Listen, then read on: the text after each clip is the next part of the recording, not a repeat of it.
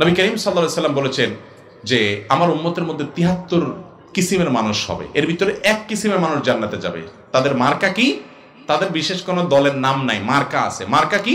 মার্কা হলো মা আনা আলাইহি ওয়া আসহাবি, যারা নবী করিম সাল্লাল্লাহু আলাইহি ওয়াসাল্লামের সুন্নাহকে খুঁটে খুঁটে সেটা অনুযায়ী চলে এবং সাহাবীদের আদর্শ যারা অনুসরণ করে, অর্থাৎ আহলুস সুন্নাহ ওয়াল জামাআহ, মুখে না, যারা প্রতিটা কাজ কার কথা অনুযায়ী করে? নবী করিম। কাদেরকে আদর্শ হিসাবে মানে? নবীর সাহাবীদেরকে রিদওয়ানুল্লাহি তাআলা আলাইহিম আজমাইন। তাদেরকে শত্রু যারা বানায় না, তারা মানুষ ছিলেন, ব্যক্তিগতভাবে কারো ত্রুটি থাকতে পারে, কিন্তু জামাতে সাবাহার প্রতি ভালোবাসা থাকতে হবে এবং নবী করিম সাল্লাল্লাহু আলাইহি ওয়াসাল্লামের সুন্নাহর অনুসরণ থাকতে হবে। এই দুটি জিনিস থাকলে সুন্নাহ এবং জামাতকে যারা নিয়ে চলে একসঙ্গে, জামাতে সাহাবাকে এবং সুন্নাতকে, তাদেরকে বলা আহলুস সুন্নাহ জামাত। নবী সাল্লাল্লাহু আলাইহি ওয়াসাল্লাম বলেছেন এরাই হলো মুক্তিপ্রাপ্ত দল, শেষ হাসি এরাই হাসবে। আমার উম্মতের ভেতরে দল হবে ৭৩টা। তার মানে ইহুদি, খ্রিস্টান, বৌদ্ধ, মুশরিক সব বাদ। আমরা যারা আজ মুসলিম দাবি করছি এই বাংলাদেশে ৯৬% আমরা, আমাদের ভেতরে দল হবে কয়টা? কুল্লুহুম ফিন্নার, প্রত্যেকটা দল যাবে জাহান্নামে ইল্লা ওয়াহিদা, একটা মাত্র দল বাদ দিয়ে। আপনার তো কথা শোনার পরে পশম খাড়া হয়ে যাওয়ার কথা যে আমাদের ভেতরে দল ৭৩টা হবে, মাত্র এক দল জান্নাতে যাবে আর বাকি ৭২ দল যাবে জাহান্নামে। আমি এখন ওই এক দলে আছি না ৭২ কাতারে পড়ে গেলাম? কথা বলছেন না কেন? এবার আপনি মেলান, আপনি কোন কাতারে আছেন? তিরমিজি শরীফের 2641 নম্বর হাদিস, সাহাবী হযরতে আব্দুল্লাহ ইবনে আমর ইবনে আস, উনিও সাহাবী, ওনার বাবাও সাহাবী রাদিয়াল্লাহু তাআলা আনহুমা, তিনি বলেন আল্লাহর হাবিব ইরশাদ করেছেন বনি ইসরাইল ৭২ দলে বিভক্ত হবে। আমার নবী বলেছেন আমার উম্মত ৭৩ দলে বিভক্ত হবে। কুল্লুহুম ফিন্নার, সব দলই যাবে জাহান্নামে। তারপরে আবার মুসনাসনা, আবার তারপরে বলতেছে ইল্লা মিল্লাতান ওয়াহিদাতান, তবে একটা দল ছাড়া। বলেন কয়টা দল ছাড়া? বলেন না জোরে, কয়টা দল ছাড়া? একটা দল ছাড়া সব জাহান্নামে যাবে। তাহলে একটু বুঝেন, ৭৩ দলের মধ্যে যদি একটা দল বাদ যায় তাহলে বোঝা গেল ৭২ দল যাবে কোথায়? জাহান্নামে। তো জাহান্নামে ৭২ দল যাবে, এটা কিন্তু আমি ঘোষণা দেই নাই, আমাদের আজকের মাহফিলের যিনি প্রধান অতিথি তিনি ঘোষণা দেয় নাই, আজকের মাহফিলের যিনি সভাপতি তিনি ঘোষণা দেয় নাই, ঘোষণা দিয়েছেন রাহমাতাল লিল। তাহলে আমরা আমাদের দেশের বহু হুজুর দেখবেন পিছনের নাম দিয়েছে তাফসিরুল কোরআন মাহফিল, কিন্তু ওয়াজের মঞ্চে বসে মাইক কিছু হাতে নিয়ে কিছু মিডিয়া হালকা পাতলা, বুঝেন না, হাদিয়াটা দিয়ে তাদের পক্ষের কিছু মিডিয়া, আজকে তারা বলতেছে কি অমুক ইসলামী দল জান্নাতি দল। একটু জোরে কোন নাউজুবিল্লাহ। যদি জিজ্ঞাসা করা হয় ভাই আপনার ইসলামী, বুঝেন না, নামটার না বললাম, অমুক ইসলামী দলটা কত সালে আবিষ্কার হয়েছে, কত বছর, ও হিসাব করে দেখা যায় ১০০ বছর হয় না আবিষ্কার হয়েছে। আচ্ছা, তো ১০০ বছর হলো আপনার দল আবিষ্কার হয়েছে, তাও আবার পাকিস্তান থেকে, বা ১০০ বছর হওয়া ১০০ বছর আগে যেই দল আবিষ্কার হয়েছে সেই দলের কথা তো কোরআন হাদিসে থাকার কথা। বলেন না কথা, সেই দলের কথা তো কোরআন হাদিসে থাকার কথা নয়। এবার আসেন, আপনি যদি তাকে বলেন ভাই আপনার অমুক ইসলামী দলটা যে জান্নাতি দল, কোরআনও দরকার নাই হাদিসও দরকার নাই, শুধু একটু আপনার কাছে জানতে চাই, কি আপনার কাছে জানতেছে আকীদার কোন কিতাবে আছে যে আপনার অমুক দলটা যে জান্নাতি দল, দেখবেন শরীরের যত পানি আছে সব গাম হয়ে বের হয়ে যাবে, কিন্তু জবাব দেওয়া সম্ভব? বলেন না সম্ভব হবে? এবার আসেন, একটা জিনিস গভীরভাবে লক্ষ্য করেন, জিনিসটা কি? আমার নবী বলেছে বাতিল ফরকা আর সঠিক দল মিলায়া দল হবে ৭৩টা, কিন্তু আমার নবী দল ৭৩টা বললেও বাড়িঘর কিন্তু বলছে ২টা, বাসস্থান কিন্তু বলেছে ২টা। ৭২ দলের বাসস্থান এক জায়গায় জাহান্নাম, জান্নাতি দলের বাসস্থান এক জায়গায় জান্নাত। কথা কন না কেন, ঠিক কি রে? তাহলে বাড়িঘর হবে কয় জায়গায়? ২ জায়গায়, কারণ ৭২ দলের ঠিকানা কুল্লুহুম ফিন্নার, আর জান্নাতি দলের ঠিকানা জান্নাত। তাহলে দেখেন এই ৭২ ফেরকা নামে ৭২টা হলেও কেউ খারিজি, কেউ ওয়াহাবি, কেউ মনে করেন বুঝেন না বিভিন্ন শিয়া, কেউ মুতাজালা, কেউ জাবরিয়া, কাদারিয়া, বিভিন্ন ফেরকা, মুরজিয়া, কিন্তু কথা হচ্ছে নামে সাইনবোর্ডে ৭২টা হলেও, এ বাবা নামে সাইনবোর্ডে ৭২টা হলেও, ট্রেনের বগিগুলো আলাদা হলেও ট্রেনের গন্তব্য কিন্তু এক জায়গায়, সেটা হচ্ছে কুল্লুহুম ফিন্নার। সব ট্রেনের বগি, এই 72 ভেরকার 72 ট্রেনের বগি যাবে কিন্তু জাহান্নামে। মনে রাখতে হবে 72 দল জাহান্নামে যাবে। এটা আমার সভাপতি সাহেবের ঘোষণা নয়, এটা আমার নবীর ঘোষণা। অতএব আমার নবী বলতেছে 72 দল জাহান্নামে যাবে। জান্নাতে নেওয়ার ক্ষমতা কি কারো আছে? বলেন না আছে? কারো নাই। এ বাবা গভীরভাবে লক্ষ্য করেন, একদিকে আমার নবী বলতেছে, উম্মাত, তিরমিজি শরীফের 2641 নম্বর হাদিস, উম্মাত তুমি যদি 72 ফেরকায় যোগদান করো তোমার ঠিকানা হবে কুল্লুহুম ফিন্নার, জাহান্নামে। একদিকে আমার নবী বলছে, উম্মাত আমি তোমাদেরকে সতর্কবাণী দিয়ে দিচ্ছি, 72 দলের সদস্য যদি হয়ে যাও, আমি নবী 1000 বছর আগে ভবিষ্যৎবাণী করে গিয়েছি তোমার ঠিকানা হবে জাহান্নাম। এ বাবা, এই তিরমিজি শরীফের হাদিসটা একদিকে রাখেন। এবার আমি চলে যাই আবু দাউদ শরীফের হাদিস। আবু দাউদ হাদিস নাম্বার 4739 নম্বর হাদিস। হাদিসের রাবি হযরতে আনাস ইবনে মালিক থেকে বর্ণিত। হযরতে আনাস ইবনে মালিক বলে, আমার নবী নুরানি জবানে ইরশাদ করেছেন, শাফাতি লিআহলিল কাবাইর মিন উম্মতি, উম্মাত হাসরের ময়দানে আমি তোমার সগীরা গুনার জন্য নয়, আমি তোমার বড় বড় গুনাহ কবিরা গুনার জন্য নবী শাফাত করে জান্নাতে ঢুকায়া দিব। এ বাবা, একদিকে আমার নবী বলছে তিরমিজি শরীফের হাদিস, উম্মত 72 দলের সদস্য যদি হয়ে যাও, শাফাত তো তুমি পাইবা না, তোমার ঠিকানা আমি অ্যাডভান্স নবী বলে দিলাম, তোমার ঠিকানা হবে কুল্লুহুম ফিন্নার, 72 দলের ঠিকানা হবে জাহান্নাম। অপরদিকে আমার নবী বলছে, উম্মত ঈমানটা নিয়ে যদি মরতে পারো, আমলের মধ্যে যদি ত্রুটি থাকে, আমলের পাল্লায় তোমার আমল নামায় যদি কিছু ত্রুটি থাকে, গুনাহ থাকে, আমি নবী শাফাত করে তোমার কবিরা গুনার জন্য আমি নবী শাফাত করে জান্নাতে ঢুকায়া দিব। তাহলে কি দাঁড়ালো? এ বাবা, তাহলে কি দাঁড়ালো? সহিহ বুখারীর হাদিস, হযরতে আব্দুল্লাহ ইবনে আমর ইবনে আস থেকে বর্ণিত। দাঁড়াইলো কি?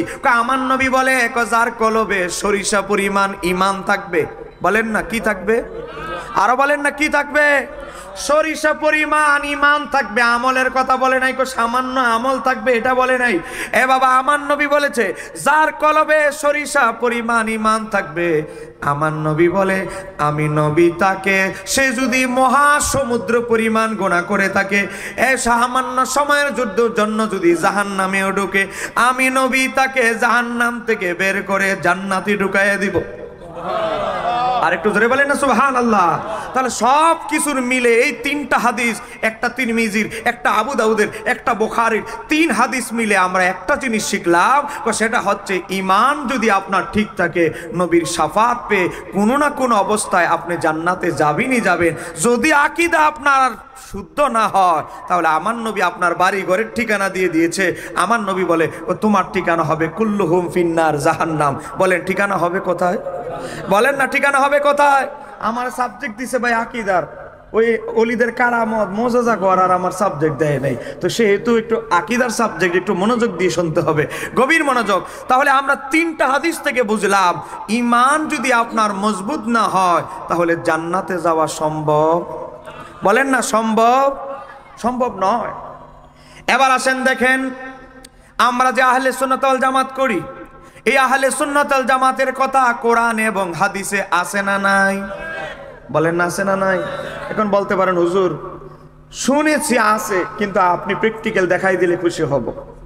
আপনি দেখেন, আমার হাতে একটা তাফসিরের কিতাব, এই তাফসিরের কিতাবটার নাম হচ্ছে আদ-দুররুল মানসুর, লিখেছেন 9ম শতাব্দীর মুজাদ্দিদ ইমাম জালালউদ্দিন সুয়ুতী। একটু জোরে বলেন না সুবহানাল্লাহ। কোন জালালউদ্দিন সুয়ুতী? ওই জালালউদ্দিন সুয়ুতী যিনি আমার নবীকে, আমি যেভাবে হুজুরকে দেখতে পাচ্ছি, আমি যেভাবে আমাদের আজকের মাহফিলের সভাপতি হুজুরকে দেখতে পাচ্ছি, ইমাম জালালউদ্দিন সুয়ুতী নবীর ওফাতের 839 বছর পরে জন্মগ্রহণ করলেও তিনি আমার নবীকে 75 বার দিদার লাভ করেছে। আর একটু জোরে বলতে হবে। ইমাম জালালউদ্দিন সুয়ুতী রহমাতুল্লাহ আলাই, তিনি কোন মাফের আলেম ছিলেন? যেই দিন ওনার ইন্তিকাল হবে, বলেন না যেই দিন ওনার কি হবে? আরো জোরে বলেন না, যেই দিন ওনার ইন্তিকাল হবে, সেই দিনও আল্লাহর হাবিবের সোহবত লাভ করে, জিয়ারত লাভ করে, আল্লাহর হাবিব থেকে হাদিস সহিহ কিনা জয়ীফ একটা হাদিসের ব্যাপারে আমার নবীকে সওয়াল করেছিলেন। একটু জোরে বলা যাবে কি সুবহানাল্লাহ? সেই ইমাম জালালউদ্দিন সুয়ুতী 4.5 বছর লাগায়া 15 খণ্ডে, এটা 3 নম্বর খণ্ড, এটার পরেও আরো 12টা খণ্ড আছে, এটার আগেও আরো 2টা খণ্ড আছে, 15 খণ্ড কিতাবটা আমি কিনেছি 11,500 টাকা দিয়ে। এই কিতাবের মধ্যে ইমাম জালালউদ্দিন সুয়ুতী উল্লেখ করছেন, কি উল্লেখ করছেন? এবার আসেন কোরআনুল কারিমে সূরা আল ইমরান আয়াত নাম্বার 106। বলেন সূরা আল ইমরান নামে একটা সূরা আছে না নাই? বলেন না কেন আছে না নাই? সূরা আল ইমরান 106 নম্বর আয়াত। সেই 106 নম্বর আয়াতের মধ্যে আমার আল্লাহ উম্মতে মুহাম্মাদি হাসরের ময়দানে কয় দলে ভাগ হবে সেই কথা তুলে ধরে আমার আল্লাহ সূরা আল ইমরান আয়াত নাম্বার 106 এর মধ্যে আমার আল্লাহ বলছে, ইয়াউমা তাবিয়াদ্দু উজুহুন, হাসরের ময়দানে উম্মতে মুহাম্মাদির এক দলের চেহারা থেকে চেহারা হবে শুভ্র নূরানি, যাদের চেহারা থেকে নূর চমকাতে থাকবে। বলেন তাদের চেহারা থেকে কি চমকাতে থাকবে? নূর। তাদের চেহারা এত নূরানি, শুভ্র, এত সাদা, এত নূরানি হবে, যাদের চেহারা থেকে নূর চমকাতে থাকবে। আরেক দলের কি হবে? এবার আমার আল্লাহ বলছে ওয়াতাসওয়াদ্দু উজুহুন, আরেক কোম্পানি আরেক দলের চেহারা হবে এমন, যাদের চেহারাটা অন্ধকারময় হবে, কুৎসিত হবে, কালো হবে, আমাবস্যার রাত যেমন অন্ধকারময়, তাদের চেহারাটাও এমন হবে। তাহলে বুঝতে পারলাম হাসরের ময়দানে উম্মতে মুহাম্মাদি হবে কয় দল? আরেকটু জোরে বলেন না। এই যে একটু আগে আমি ওয়াজ করেছি উম্মতে মুহাম্মাদি দুনিয়াতে দল হবে 73টা, কিন্তু দল 73টা হলেও বাসস্থান কিন্তু 2 জায়গায়। এই কথা কিন্তু আমি বলেছি। কয় কি? 72 দলের বাড়ি ঘর এক জায়গায় জাহান্নাম, জান্নাতি দলের বাড়ি ঘর এক জায়গায়। তাহলে নামে সাইনবোর্ডে 73টা দল হলেও জায়গা কিন্তু হবে 2 জায়গায়, তাদের স্থান হবে বাড়িঘর। এই কথাই আমার আল্লাহ তুলে ধরছেন। ইয়াউমা তাবিয়াদ্দু উজুহুন, আমার আল্লাহ বলতেছে হাসরের ময়দানে আমার হাবিবের উম্মতের এক দলের চেহারা হবে নূরানি, যাদের চেহারা থেকে নূর নূর চমকাতে থাকবে। এ বাবা দেখেন, এক দলের চেহারা থেকে নূর চমকাতে থাকবে, আরেক দলের চেহারা থেকে এমন হবে কুৎসিত হবে, অমাবস্যার রাত যেমনি অন্ধকারময় এমন অন্ধকারময় হবে। এ বাবা, কাদের চেহারা থেকে নূর চমকাবে আর কাদের চেহারাটা বিশ্রী হবে, কালো হবে? জানার দরকার আছে না নাই? একটু জোরে বলতে হবে, জানার দরকার আছে না নাই? আপনারা আমাকে একটা উত্তর দিবেন, আমি এমন কোনো প্রশ্ন করব না যেটা আপনারা বিব্রত বোধ করবেন। আপনারা প্রশ্নের উত্তর দিতে অনেক চিন্তা ভাবনা করতে হবে, এমন প্রশ্ন আপনাদেরকে করব না। আপনারা আমাকে বলেন, এই কোরআন নাজিল হয়েছে কার উপরে? আল্লাহর হাবিবের উপরে। জোরে বলেন, কোরআন নাজিল হয়েছে কার উপরে? আরে বাবা, ফোনের জ্বালায় বসেন। আপনারা বলেন, তো আল্লাহর হাবিবের চাইতে কি কোরআন আমাদের পক্ষে বেশি বোঝা সম্ভব? বলেন না। পৃথিবীর কারো কি বোঝা সম্ভব? যার উপরে কোরআন নাজিল হয়েছে তার চাইতে কোরআন বেশি বোঝা কখনকালে সম্ভব নয়। এবার আস, যার উপরে এই আয়াতটা নাজিল হলো সেই রহমাতুল লিল আলামিন এই আয়াত সম্পর্কে কি বুঝেছেন, এটা যদি আমরা বুঝি তাহলে সব ক্লিয়ার হয়ে যাবে। ইমাম জালালউদ্দিন সুয়ুতী তাফসীর আদ-দুররুল মানসুরের মধ্যে 3য় খণ্ড 721 নম্বর পৃষ্ঠা, 721 নম্বর পৃষ্ঠা, আমি যেখানে আছি এটা হচ্ছে 722 নম্বর পৃষ্ঠা। হুজুর 722 ঠিক আছে? মনোযোগ। 722 নম্বর পৃষ্ঠার মধ্যে হযরত আবু সাঈদ খুদরি থেকে বর্ণনা করছেন ইমাম জালালউদ্দিন সুয়ুতী। আবু সাঈদ খুদরি বলে, আন্না রাসূলুল্লাহ সাল্লাল্লাহু আলাইহি সাল্লাম, নিশ্চয় রাসূল সাল্লাল্লাহু আলাইহি সাল্লাম করা এই আয়াতটা তেলাওয়াত করলেন। কয় কোন আয়াত? ইয়াউমা তাবিয়াদু উজুহুন ওয়া তাসওয়াদু উজুহুন, হাসরের ময়দানে উম্মত মুহাম্মাদির এক দলের চেহারা হবে নূরানি, এক দলের চেহারা হবে কুৎসিত। এই আয়াতটা নবী তেলাওয়াত করলেন। তেলাওয়াত করার পর আমার নবী নিজেই এই আয়াতের তাফসীর করতেছে। আমার নবী বলে তাবিয়াদু উজুহুন, হাসরের ময়দানে যেই দলের চেহারা নুরানি হবে আমার উম্মতের, সেই উম্মতের সম্প্রদায়ের নাম, দলের নাম হলো আহলে সুন্নাত ওয়াল জামাত। কারো চ্যালেঞ্জ, কারো যদি সন্দেহ আসে আসেন স্টেজে আসেন। আমি এমন ব্যক্তির কিতাব থেকে দলিল দিয়েছি ইমাম জালালউদ্দিন সুয়ুতী, যার কিতাব কওমি মাদ্রাসা, একটু সামনে যাবেন হাটহাজারী মাদ্রাসা, হাটহাজারী মাদ্রাসায় গিয়ে জিজ্ঞাসা করবেন আপনাদের মাদ্রাসায় কি জালালাইন নামে কোনো কিতাব আছে? বলবে কিতাব না, আমাদের একটা ক্লাসের নামই আছে। জালালাইন কিতাবের অন্যতম লেখককে ইমাম জালালউদ্দিন সুয়ুতী। এ বাবা, আজকে আপনি ফাজিল ক্লাসে যাবেন, আলিয়া মাদ্রাসায় ফাজিল ক্লাসে এই তাফসিরে জালালাইন পড়ানো হয়, কোরআনের উপরে 100 নম্বর পরীক্ষা নেওয়া হয়। আপনি আলিয়া মাদ্রাসায় পড়বেন, উনার কিতাব ছাড়া পরীক্ষা পাস করতে পারবেন না। কওমি মাদ্রাসায় যাবেন, উনার ক্লাসের নামে কিতাবের নাম দেওয়া হয়েছে। আপনি আহলে হাদিস ভাইদের মাদ্রাসায় যাবেন, অনার্স বিভাগে উনারা হাদিস ডিপার্টমেন্টে উনার উসুলে হাদিসের কিতাব পাঠ্য করা হয়েছে। কই কি তাদরিবুর রাবি। আপনি কামিল ডিপার্টমেন্টে যাবেন, উনার তাফসীর বিভাগে উনার উলুমুল কোরআন বিষয়ক কিতাব আল ইতকান পাঠ্য করা হয়েছে। একটু জোরে বলেন না সুবহানাল্লাহ। আপনি আলিয়াতে যান, অনার্সে যান, কওমি মাদ্রাসায় যান, উনার কিতাব না পড়লে আলেম হওয়া সম্ভব? তো তিনি হযরতে আবু সাঈদ খুদরি থেকে বর্ণনা করছেন। আবু সাঈদ খুদরি কে? নবীর সাহাবী। তিনি আমার নবী থেকে বর্ণনা করছেন।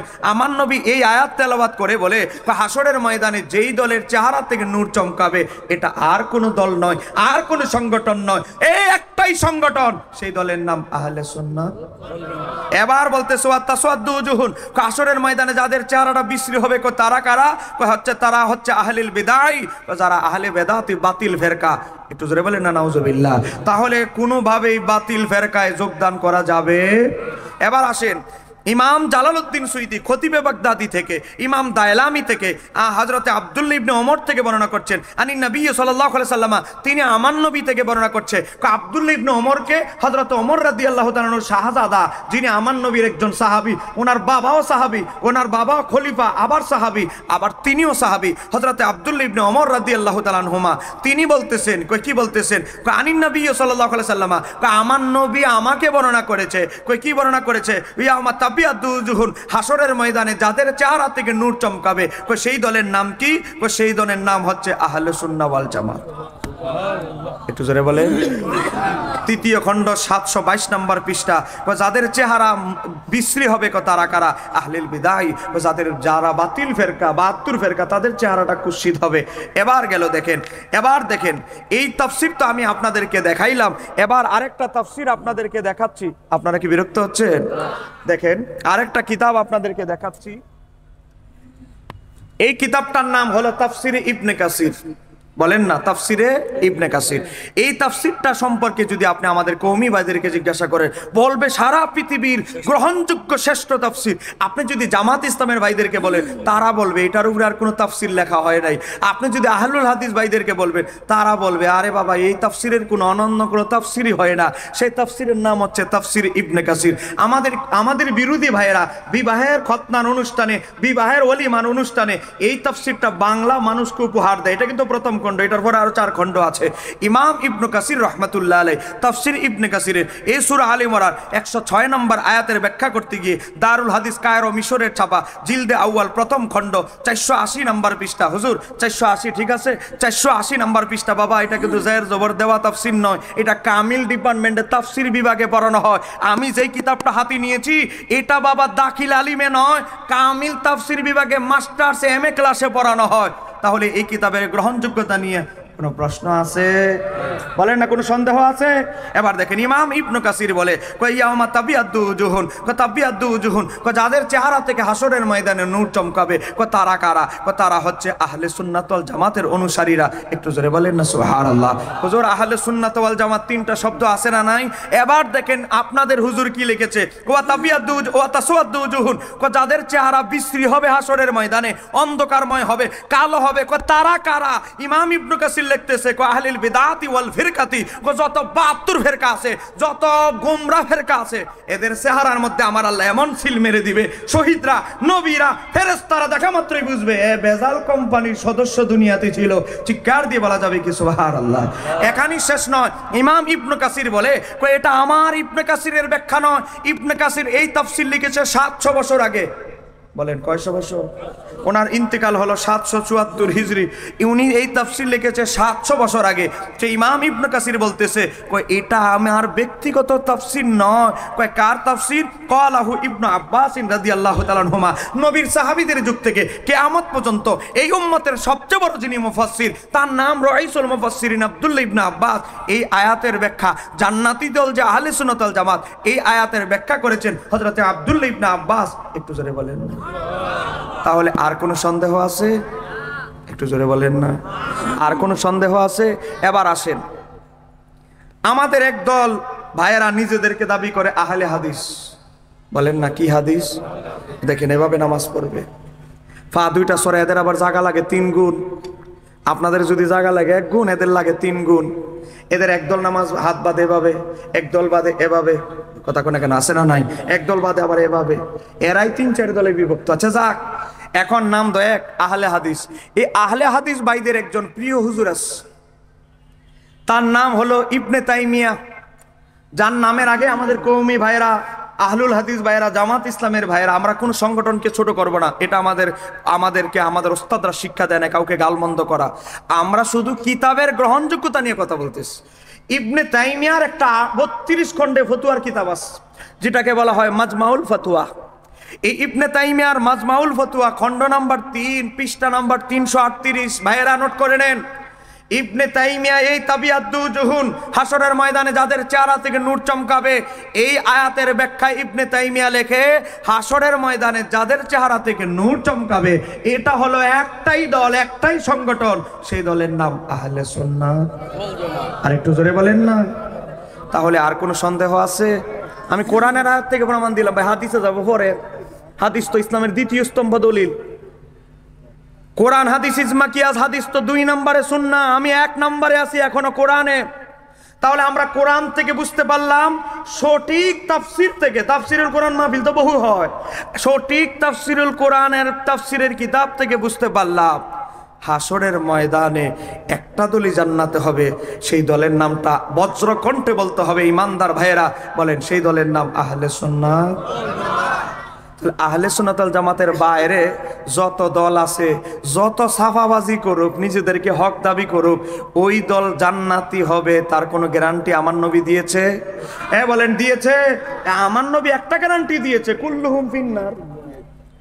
হুজুর, আমার নবী গ্যারান্টি কিন্তু একটা দিয়েছে, কুল্লুহুম ফিন্নার।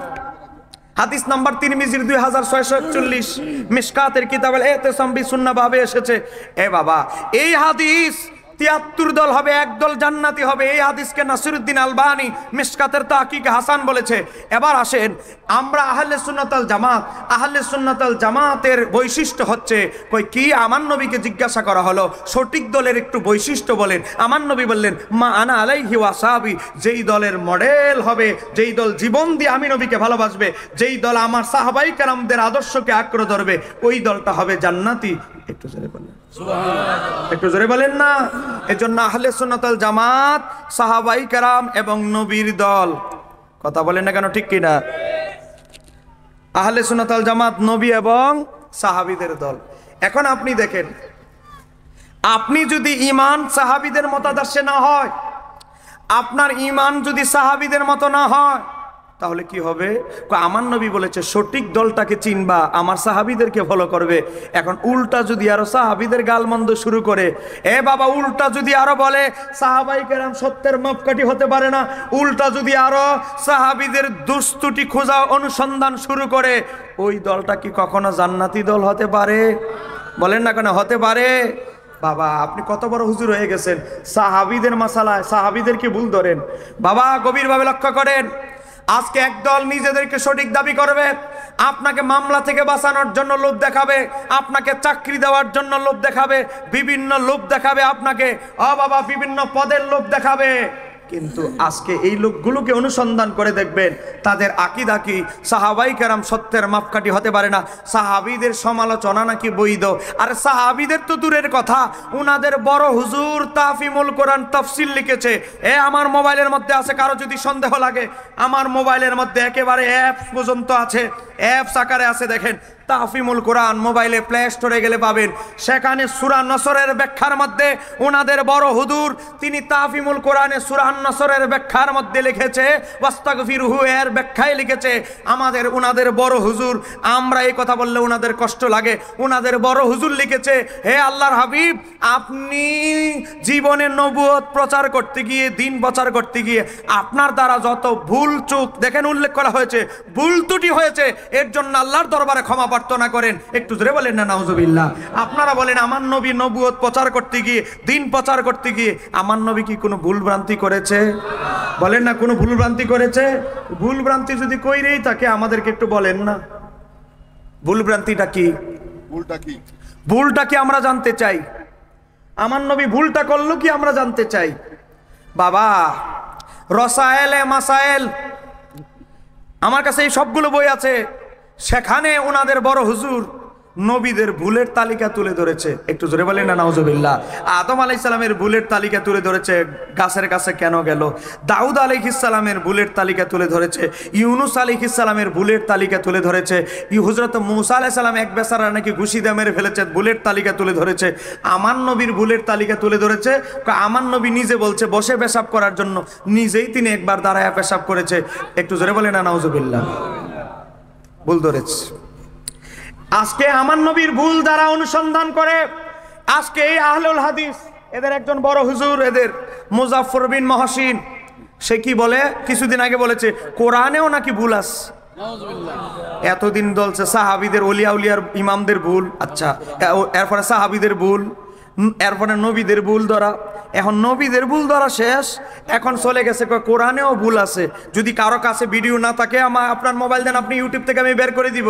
এই মুজাফফর বিন মহসিন ভদ্রলোক বলবো না অভদ্র, এটা আপনারা চিন্তা করেন। এই বেচারা বলে কোরআনেও নাকি ভুল আছে। এখন আপনারা বলেন, যারা কোরআনের ভুল ধরার চেষ্টা করে তাদের কি আকীদা ঠিক আছে? কথা কন না কেন, ঠিক আছে? আপনারা বলেন। এই বেচারা, আমরা আব্দুল্লাহ ইবনে মাসউদ বর্ণনা করেছে, আব্দুল্লাহ ইবনে মাসউদকে যখন হযরত ওমর কুফা নগরীতে পাঠাইলেন, কুফার মানুষ হযরত ওমর রাদিয়াল্লাহু তাআলাকে আঁকড়ে ধরলেন, আপনি কুফা নগরীতে হাজার হাজার লাখ লাখ মুসলমান হয়েছে, হে আমিরুল মুমিনিন, আপনি যদি একজন বিজ্ঞ মুফতি আমাদের কুফা নগরীতে দেন, মুসলমানরা দিন শিখতে পারবে। ঠিক আছে, আমি একজন পাঠাই দিচ্ছি। না, কুফার মানুষ বলতে লাগলো, আপনি পছন্দ করলে হবে না, আমরা চিন্তা ভাবনা করে প্রস্তুতি নিয়ে নামের তালিকা নিয়েই এখানে আসছি। তোমরা কাকে চাও? আমরা আব্দুল্লাহ ইবনে মাসউদকে চাই। একটু জোরে বলেন। হযরতে আমিরুল মুমিনিন হযরতে ওমর ইবনুল খাত্তাব বলল, আমি আব্দুল্লাহ ইবনে মাসউদকে দিতে পারবো না। তোমাদের কুফা নগরীর চাইতে আমি ওমরের কাছে আব্দুল্লাহ ইবনে মাসউদের আরো বেশি প্রয়োজন। মদিনার বড় বড় জটিল মাসালাগুলো আব্দুল্লাহ ইবনে মাসউদ ফতোয়া দেয়, অতএব আব্দুল্লাহ ইবনে মাসউদ যদি কুফায় চলে যায় আমার জন্য ঝামেলা হবে। কিন্তু কুফার মানুষ গার্তেরা, এরা বলে না, আমরা আব্দুল্লাহ ইবনে মাসউদকে নিয়ে যাব। পরবর্তীতে আব্দুল্লাহ ইবনে মাসউদ যখন কুফা নগরীতে গেলেন, তিরমিজি শরীফের হাদিস, আবু দাউদ শরীফের হাদিস, নাসাই শরীফের হাদিস। কয় হাদিস কি? হযরতে আব্দুল্লাহ ইবনে মাসউদ যখন কুফা নগরীতে আসলেন, ওনার হাজার হাজার ছাত্ররা ওনার মজলিসে হাদিস শোনার জন্য বসে যেত, ফিকহ শিখার জন্য বসে যাইত। ওনার পিএস যিনি ছিলেন, পিএস শাগরেদের মধ্যে আবার একজন সবার উপরে, তার নাম হলো আলকামা ইবনে কায়েস। ডান হাত হযরত আব্দুল্লাহ ইবনে মাসউদের নাম হচ্ছে আলকামা ইবনে কায়েস। আমরা হানাফি মাযহাব, কিন্তু আলকামা এবং আব্দুল্লাহ ইবনে মাসউদের মাযহাব। কারণ ইমাম আবু হানিফার ওস্তাদ হচ্ছে হাম্মাদ ইবনে আবি সুলাইমান, হাম্মাদের ওস্তাদ ইব্রাহিম নাকি, ইব্রাহিম নাকির ওস্তাদ হচ্ছে আলকামা ইবনে কায়েস, আলকামা ইবনে কায়েসের ওস্তাদ হচ্ছে আব্দুল্লাহ ইবনে মাসউদ। একটু জোরে বলেন না সুবহানাল্লাহ। হানাফি মাযহাবের 60% মাসালা আব্দুল্লাহ ইবনে মাসউদের মতের উপরে। কেন? কারণ ইমাম আবু হানিফার ফিকহের সনদ হচ্ছে আব্দুল্লাহ ইবনে মাসউদের। একটু জোরে বলেন না সুবহানাল্লাহ। হযরতে আব্দুল্লাহ ইবনে মাসউদ যখন কুফা নগরীতে গেলেন, কুফার হাজার হাজার মুসলমান বলতে লাগলো, আব্দুল্লাহ ইবনে মাসউদ, আপনি এমন একজন ব্যক্তি, 114টা সূরার মধ্যে 73টা সূরা আপনি আল্লাহর হাবিবের দরসে বসে শিখেছেন। ও আব্দুল্লাহ ইবনে মাসউদ, হাজার হাজার ওয়াক্তের নামাজ আল্লাহর হাবিবের পিছনে পড়েছেন।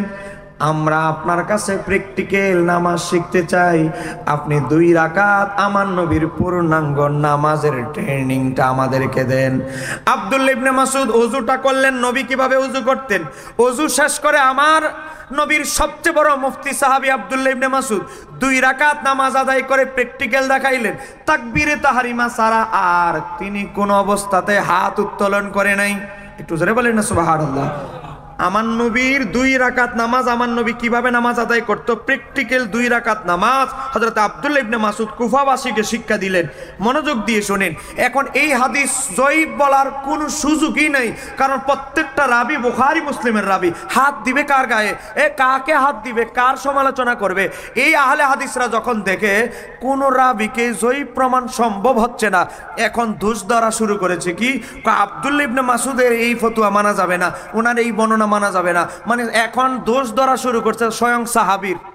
একটু জোরে বলেন না নাউজুবিল্লাহ। এই ভদ্রলোক সাহাবী আব্দুল্লাহ ইবনে মাসউদের দুষ্টুটি বর্ণনা করছে, কয় আব্দুল্লাহ ইবনে মাসউদ সূরা ফালাক সূরা নাসকে তিনি সূরা মনে করতেন না। অথচ এই মোল্লা জানে না আব্দুল্লাহ ইবনে মাসউদের ছাত্র আলকামা ইবনে কায়েস বর্ণনা করেছে, ইমাম কুরতুবী তাফসীরে কুরতুবীতে বর্ণনা করেছে, এই মত থেকে আব্দুল্লাহ ইবনে মাসউদ শেষ জীবনে ফিরে এসেছেন। কয় কিভাবে? উবাই ইবনে কাবের বক্তব্য শুনে ফিরে এসেছেন। আব্দুল্লাহ ইবনে মাসউদ উবাই ইবনে কাবকে জিজ্ঞাসা করলেন, আমরা তো সূরা নাস এবং সূরা ফালাককে দোয়া হিসাবে পড়তাম, আপনি কি এটা নবীকে কোরআনের মাসাহেবে লিখতে আমার নবীকে আপনাকে নির্দেশ দিয়েছে? হযরত উবাই ইবনে কাব বলে, অবশ্যই আল্লাহর হাবিব এটা কোরআনের অন্তর্ভুক্ত করে এটা আমাকে লিখতে আদেশ করেছেন। তখন আব্দুল্লাহ ইবনে মাসউদ আগের মত থেকে ফিরে এসেছেন। আমাদের ভাইয়েরা ইলা মাযহাবী ভাইয়েরা আব্দুল্লাহ ইবনে মাসউদের লাস্ট আপডেট মত কি এটা চিন্তা ভাবনা না করে, গবেষণা না করে ফতোয়া একটা দিয়ে দিয়েছেন। এই আব্দুল্লাহ ইবনে মাসউদের মত যদি এতই ভালো লাগে, উনি তো সূরা নাস সূরা ফালাককে কোরআনের অংশ মনে করতেন না, এটা কেন সুন্নিরা ও হানাফিরা তোমরা মনে করো না, কেন এই ফতোয়া মানো না? আরে ভাই, আমরা আব্দুল্লাহ ইবনে মাসউদকে ভালো করেই মানি, কিন্তু আপনারা আগেরটা নিয়ে পড়ে আছেন, আমরা আপডেটটা নিয়ে পড়ে আছি। আব্দুল্লাহ ইবনে মাসউদের আপডেট রায়, সর্বশেষ চূড়ান্ত রায় হলো তিনি সূরা নাস সূরা ফালাককে কোরআনের অংশ মনে করতেন। আপনারা কেন জাতির কাছে এটা গোপন করেন? আমরা আজকের ফতেহাবাদ এই সুন্নি কনফারেন্স থেকে জানতে চাই। এই কথা বলে না কেন, ঠিক কিনা?